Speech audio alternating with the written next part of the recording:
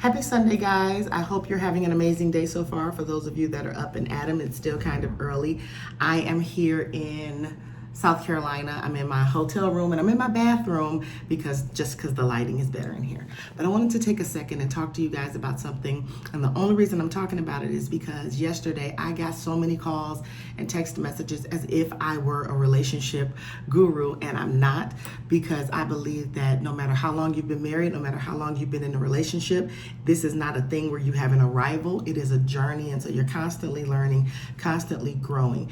And so I wanted to talk to you guys real quick about Kierra Sheard Kelly and what she said concerning her husband, Jordan Kelly. First of all, let me say, I think that what she said, bits and pieces were pulled out and taken out of context. And but let's say if they weren't, if she's insecure, that's her married business. She's a young woman. She's newly married. She's trying to work her way through this. She's trying to see what this feels like, what this looks like. And that is her prerogative if she is insecure, or if she said, you know what, I decided I don't want nobody to see his face. I'll let him out for birthdays and holidays. That's her business. That is her husband. Jordan Kelly belongs to Kierra, and Kierra belongs to Jordan. And what's crazy to me is that if something happened in that marriage, we would be the first people talking about it. We would be the first people bashing her. But because she has taken and put and has some protective measures, first of all, let me say this. I believe that Kierra's friends are her friends, and she knows who her friends are, and her friends are welcome in her home. But everybody is not a friend. Wisdom says that, right? They can be nice, they can be sweet, they can be all of that. And so maybe she's trying to prevent some things from happening in her marriage. It could be even something she's seen happen to others, and she doesn't want it to happen to her, you know? So it's just preventative measures, protective measures. You don't want anybody to break into your home, but you got an alarm system, you got homeowners insurance, you don't plan on getting sick, but you got medical insurance, you don't plan on having an accident, but you got automobile insurance. Why? Because protective measures just make sense. And people always are so negative and act as if it's just insecurity. It's wisdom. Even when we get married, people refer to wives as helpmeets, and that's fine. But when they teach that, they always talk from the perspective of she's here to help her husband, she's here to do this, she's here to do that. Well, the term helpmeet actually is a biblical military term. It means soldier. It means to stand guard. And I believe that wives have an innate ability, a God-given ability, to see trouble coming or potential trouble many times before our husbands see it, right?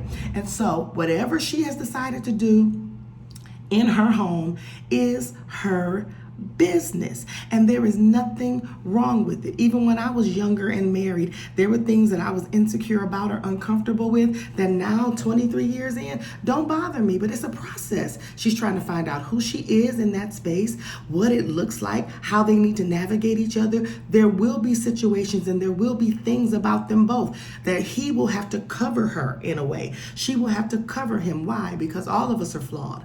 All of us have weak areas. And so he will constantly have to cover the weak areas of Kierra. Kierra will always have to cover the weak areas of Jordan. And that is not to suggest that he is a cheater. That is not to suggest that she is a cheater. But that is to suggest that they embarked on a marriage that they plan on being happy, whole, and healthy until death do them part. And it just makes sense. It just makes sense to have protective measures in place. And anybody that has a problem with that needs to sit back and settle down. As believers, we're supposed to honor marriage, right? Nowhere in scripture does it suggest that everybody got to have a say-so in your life, in your marriage, in your business. But social media has made people feel like they can say whatever they want to say. And if she is insecure, guess what? She's married and can be that way about her husband. And most of the people that are saying a lot of the crazy stuff ain't married.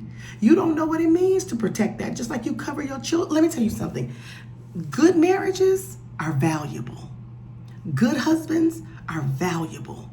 Good wives are valuable. And when you find something of great value, you make sure you guard that thing with everything in you, right? So if this woman is happy, and if this woman is with a faithful man that loves her, as my husband says, you don't give the devil no wiggle room, because the devil don't care who you are. You got Adam and Eve that God placed in the garden, perfect couple having conversations with the Lord. They knew their place. They knew directly from the voice of God what to do and what not to do.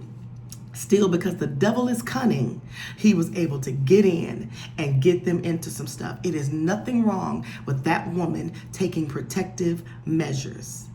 And I just really think, especially those of you that are single, that desire to be married one day, I honestly say one of the safest things to do as a single person that desires to be married is to keep your mouth off of married people. Because once a person is married, and I know this is not a popular teaching, but it's true, once a person is married, whether you like the couple, whether you think God put them together or that wasn't a God marriage, they are now in covenant with God. Why? Because marriage is sacred. It didn't say Christian marriage. It didn't say apostolic marriage. It didn't say Kojic marriage. It didn't say Pentecostal marriage.